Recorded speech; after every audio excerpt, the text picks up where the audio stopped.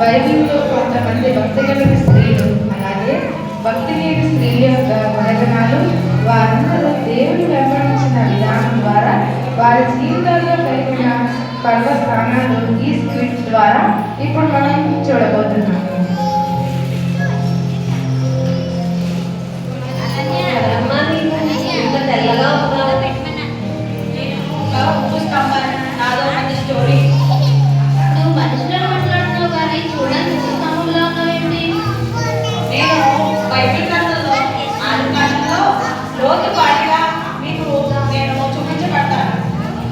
మేము సొదొమ ప్రాంతంలో నివాసం ఉండేవాడు. అయితే సొదొమ ప్రాంత ప్రజలందరూ కూడా దేవునికి వ్యతిరేకంగా భయంకరమైన పాపంలో జీవించేవారు. దానిని బట్టి దేవుడు ఆ యొక్క ప్రాంతాన్ని నాశనం చేయాలని అనుకున్నాడు. ఆ సమయంలో దేవదూతలు పంపించి మమ్మల్ని బయటికి వెళ్ళమని, ఈ ప్రాంతాన్ని నాశనం చేస్తామని చెప్పారు. అయితే ఆ సమయంలో దేవదూతలు అన్నారు, మీరు వెనక్కి తిరిగి చూడొద్దని చెప్పారు. తరువాత ఏం జరిగింది? ఆ ప్రాంతం విడిచి నాకు అసలు రావడం ఇష్టం లేదు. ఎందుకంటే నేను సంపాదించుకున్న ఆస్తి అంతా, నా బంగారు, నాకున్న అన్ని కూడా అందులోనే ఉండిపోయింది. అప్పటికప్పుడు దేవుడు నన్ను విడిచి వెళ్ళిపోమంటే నేను ఎలా వెళ్ళగలను? కాబట్టి అంతేకాకుండా నాకు ఇంకొక 2 పిల్లలు ఉన్నారు. ఆ పిల్లలు కూడా ప్రాంతాన్ని విడిచి రాలేదు. దానిని బట్టి నేను ఎంతో విచారకరంగా ఉంది. వెనక్కి తిరిగి చూశాను. ఓ, ఇది చాలా విచారకరం. మీ జీవితం ద్వారా ఏం చెప్పాలని అనుకుంటున్నాను? నా జీవితం ద్వారా మీరు అందరికీ చెప్పేది ఏంటంటే, నా జీవితం ద్వారా చెప్పాలనుకుంటుంది ఏంటంటే, నాలాగా మీరు తప్పు చేయొద్దు. ఎందుకంటే నేను దేవుడు నన్ను ఎంతగానో ఆశీర్వదిస్తే దేవుడి మాట వినకుండా నేను వెనక్కి తిరిగి చూశాను. దానిని బట్టి నా కుటుంబాన్ని, నన్ను నేను కోల్పోయి కేవలం నిష్ప్రయోజనమైన ఉప్పు స్తంభంగా ఉండిపోయాను. కాబట్టి మీకు చెప్పేది హెచ్చరిక ఏంటంటే, మీరు నాలాగా ఉండద్దు. దేవుడి మాటకు లోబడండి. ఏసీ దగ్గరికి మీరు వచ్చారు కాబట్టి ఏసీ మిమ్మల్ని ఆశీర్వదించాలంటే మీరు దేవుడి మాట వినండి. దేవుడి మాట వినకపోతే కనుక మీరు నిష్ప్రయోజనం అయిపోతారు. దేవుడి మాట వింటే మీరు ఆశీర్వదించబడతారు. ఇదే నేను మీకు చెప్పే హెచ్చరిక. అవును, మీ జీవితం ఈ లోకంలో అనేక మందికి హెచ్చరిక అవుతుంది. అవును, కానీ నీవేంటి ఆ కుండ పట్టుకుని ఉన్నావు? నేను ఇస్సాకు భార్య అయిన రిబ్కాను. నేను ఆదికాండంలో కనిపిస్తాను. నేను యథాప్రకారం నా కుండను పట్టుకుని నేను నీళ్లు చేరుకోవడానికి ఒక రోజు మధ్యాహ్నం బావి దగ్గరికి వచ్చాను. అప్పుడు నేను నీళ్లు చేరుకొని చూడగా ఒక మనుషుడు నాకు కనిపించాడు. అతడును అతని యొక్క గుండెలను ఎంతో దాహంగా ఉన్నట్లు నాకు కనిపించాయి. నేను వెంటనే నీళ్లు చేరి వాటికి అన్నిటికీ నీళ్లు పోశాను. ఆ తర్వాతనే తెలిసింది, అతడు అబ్రహాము కుమారుడైన ఇస్సాకు నిమిత్తము ఒక కన్యకను వెతకడానికి వచ్చాడని. అవునా, వినడానికి చాలా ఆసక్తిగా ఉంది. ఇంకా చెప్పు. నేను ఎల్లవెల్లలా దేవుని చెంత ప్రార్థన చేసేదానను. ఆయన చిత్తమే నా జీవితంలో జరగాలని నేను ఎప్పుడూ ప్రార్థించేదానను. ఆయన చిత్త ప్రకారమే తగిన భాగస్వామి కొరకు ఎదురు చూసేదాన్ని. ఆ రీతిగానే దేవుడు నాకు ఇస్సాకుతో వివాహం జరిగించారు. అబ్రహాము దేవుడు, ఇస్సాకు దేవుడు, యాకోబు దేవుడు అని అంటారు కదా. అందులో అబ్రహాము నా మామగారే కదా, ఇస్సాకు నా భర్తే కదా, యాకోబు నా చిన్న కుమారుడే కదా. ఎంత ఆధిక్యత దేవుడు నాకు ఎదిగించాడంటే నేను ఎప్పుడు దేవుని చెంత ప్రార్థించేదాను. నీ జీవితం ద్వారా ఇక్కడ ఉన్న యవనస్తులకు నీవేం చెప్పాలనుకుంటున్నావు? మీరు కూడా మీ జీవితంలో దేవునికి లోబడి ఉండి మీ యొక్క వివాహ విషయంలో నిర్లక్ష్యం చేయకుండా ఎల్లవెల్లలా ప్రార్థన చేయండి.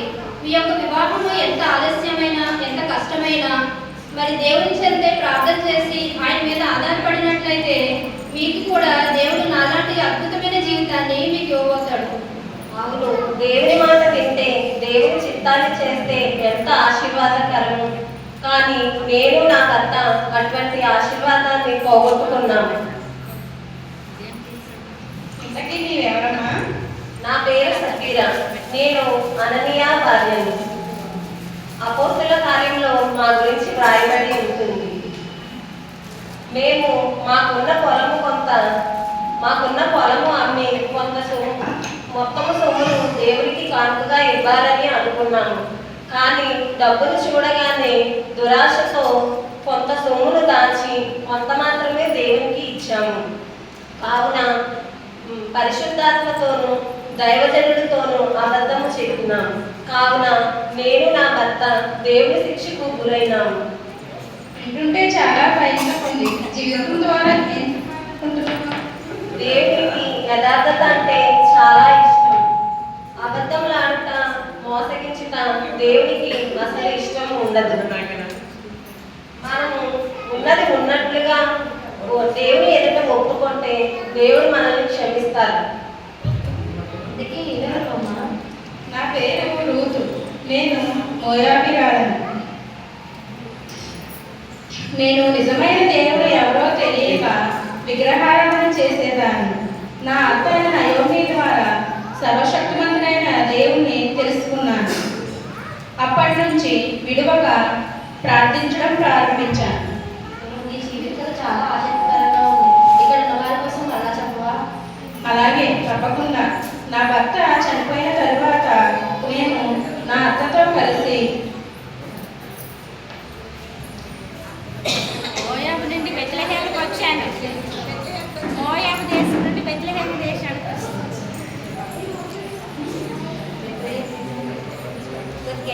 నా భర్త చనిపోయిన తరువాత నేను నా అత్తయ్య నయోమితో కలిసి ఇశ్రాయేలు దేశంలోకి వెళ్ళాను. అక్కడ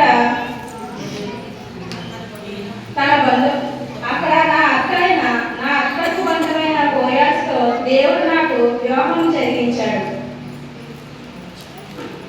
నిజంగా అద్భుతం. జీవితంలో ఎలాంటి ఆశ లేని వారికి మీరు ఇచ్చే సలహా ఏంటి?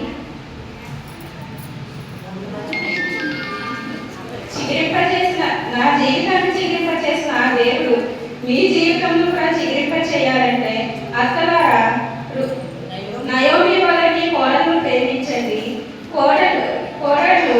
కోడళ్ళారా రూతు వలె మీ అత్తను ప్రేమించండి.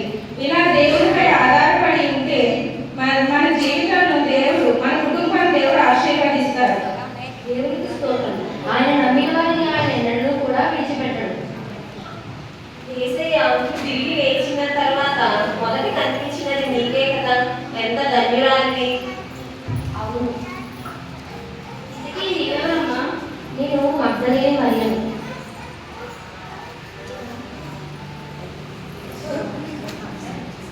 నిజమే. యేసయ్యను కలిగి ఉండడం, యేసయ్యను చూడడం నిజంగా ధన్యమే.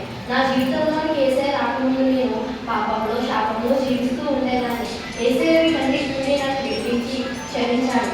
అంతేకాదు నాలో ఉన్న 7 దెయ్యాలను యేసయ్య వెళ్ళగొట్టి నా జీవితాన్ని పరిశుద్ధపరిచాడు. నన్ను క్షమించిన ఆయన ప్రేమను నేను ఎన్నటికీ మర్చిపోలేను. అంతేకాకుండా ఆయన లేకుండా నేను జీవించడం లేదు. ఇక మీదట నేను ఆయన కొరకే జీవించలేను. మరి బైబిల్ గ్రంథంలో మరి కొంతమంది స్త్రీలు దేవుని మాట విని ఆశీర్వదించబడ్డారు. కొంతమంది స్త్రీలు దేవుని మాట వినకుండా నష్టపోయారు. కాబట్టి దేవుని మాట వినేవారిగా మనం ఉండాలని ప్రభు కోరుకున్నాడు. నష్టపోయే వారిలో ఉంటారో ఆశీర్వాదకరంగా ఉంటారో అది మీ ఇష్టం. దేవుడు మనందరికీ చెప్పడం అయితే చెప్తున్నాడు. చేయడం అనేది మన పని. కాబట్టి మనమందరం 2026 సంవత్సరంలో బైబిల్లో ఆశీర్వదించబడ్డ స్త్రీల వలె మనమందరం దీవించి దేవుని ఆశీర్వాదం